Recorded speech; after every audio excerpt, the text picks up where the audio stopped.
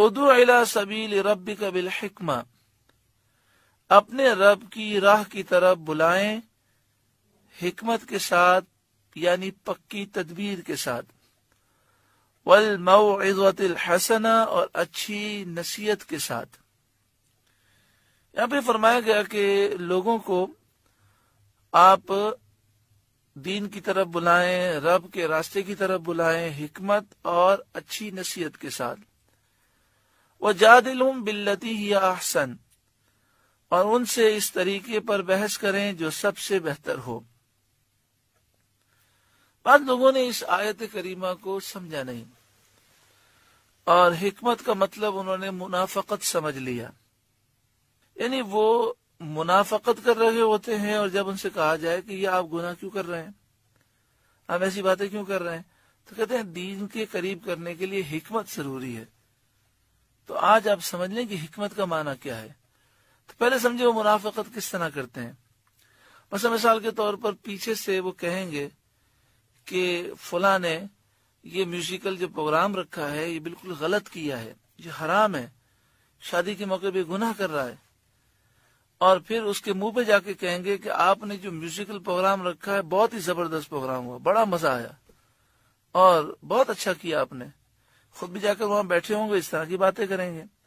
اب جب ان سے کہا جائے کہ آپ وہاں گئے، آپ کا بیٹھنا حرام ہے، اور اس طرح کی آپ نے باتیں اسے کی، اس کی حوصلہ افزائی کی کہ آپ نے بہت اچھا پروگرام رکھا، بڑا لطف آیا، تو کہتے ہیں یار یہ ہے نا قرآن پاک میں حکمت سے دین کی طرف بلاؤ۔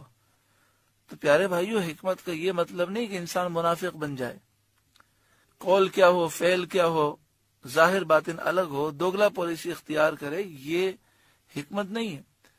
اور پھر حکمت کا یہ بھی مطلب نہیں کہ انسان گناہوں میں پڑ جائے۔ حکمت کی تشریح کیا ہے؟ تو اعلی حضرت امام اہل سنت نے حکمت کا ترجمہ کیا پکی تدبیر، یعنی مضبوط طریقہ، اور مفسرین فرماتے ہیں کہ پکی تدبیر حکمت سے مراد ہے وہ مضبوط دلیل جو حق کو واضح کر دے اور باطل کو واضح کر دے اور شبہات اور شک کو دور کر دے۔ بعض مفسرین نے فرمایا کہ مضبوط دلیل جو حق کو واضح کر دے اور شبہات کو دور کر دے وہ قرآن پاک ہے۔ تو حکمت سے مراد قرآن ہے۔ قرآن پاک کے ذریعے نصیحت کرو، ایسی دلیل کے ذریعے نصیحت کرو کہ ان پر یہ واضح ہو جائے کہ یہ حق ہے اور یہ باطل ہے۔ یہ حکمت کا مطلب نہیں کہ کسی کو دین کی طرف لانے کے لیے گناہ کرنے شروع کر دو، یا حقیقت کچھ ہو اور منہ پہ کچھ کہنا شروع کر دو۔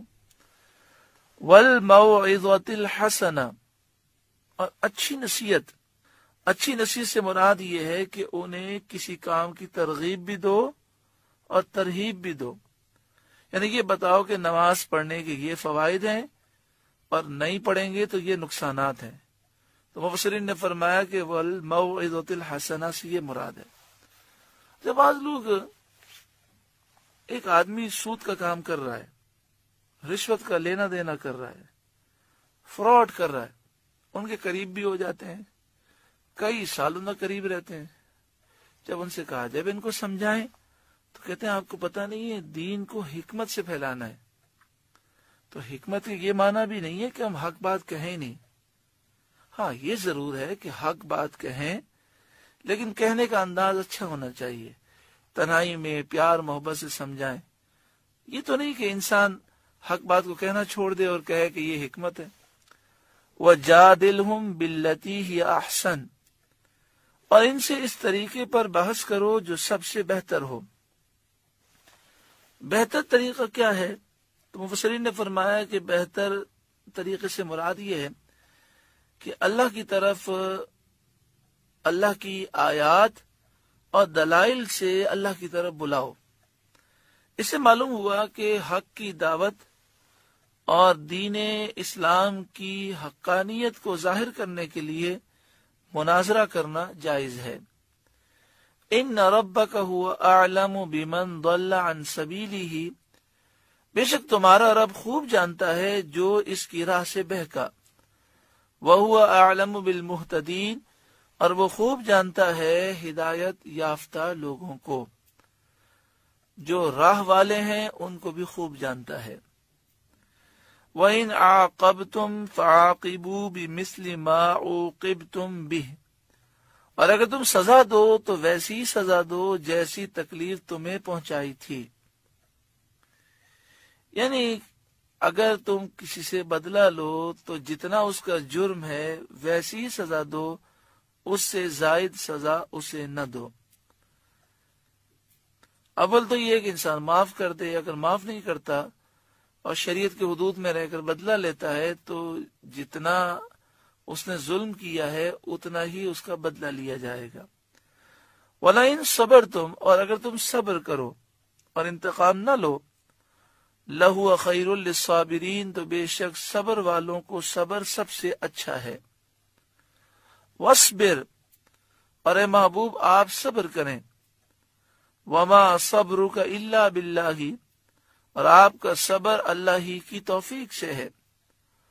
وَلَا تَحْزَنْ عَلَيْهِمْ، اور اے محبوب ان کا غم نہ کھائیں،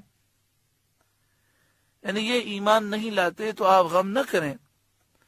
وَلَا تَكُ فِي ضَيْقٍ مِّمَّا يَمْكُرُونَ، اور ان کے فریبوں سے دل تنگ نہ ہو، یعنی یہ جو مکر و فریب آپ کے خلاف کرتے ہیں آپ غمگین نہ ہو، کیونکہ ہم آپ کے مددگار ہیں، ناصر ہیں، معین ہیں۔ ان اللہ مع الذین اتقوا، بے شک اللہ ان کے ساتھ ہے جو اللہ سے ڈرتے ہیں۔ والذین هم محسنون، اور اللہ ان کے ساتھ ہے جو نیکیاں کرتے ہیں، یعنی جو اللہ سے ڈرنے والے ہیں، نیکوکار ہیں، اللہ ان کے ساتھ ہے تو اللہ ضرور مدد فرمائے گا۔ اللہ رب العالمین ہمیں ان نصیحتوں پر عمل کی توفیق عطا فرمائے، دین کو صحیح سمجھنے کی توفیق عطا فرمائے، اور رب العالمین ہمارا سینہ قرآن کے نور سے روشن منور فرمائے۔ سورہ نحل کا 16واں رکوع مکمل ہوا، الحمدللہ سورہ نحل مکمل ہوئی اور 14واں پارہ بھی مکمل ہوا۔ اللہ تعالی کلام پاک کی نصیحتوں سے ہمارے قلوب کو روشن فرمائے، اور رب العالمین ہمیں دونوں جہاں میں سلامتی اور کامیابی نصیب فرمائے۔ آمین بجاہ سید المرسلین صلی اللہ علیہ وآلہ وسلم۔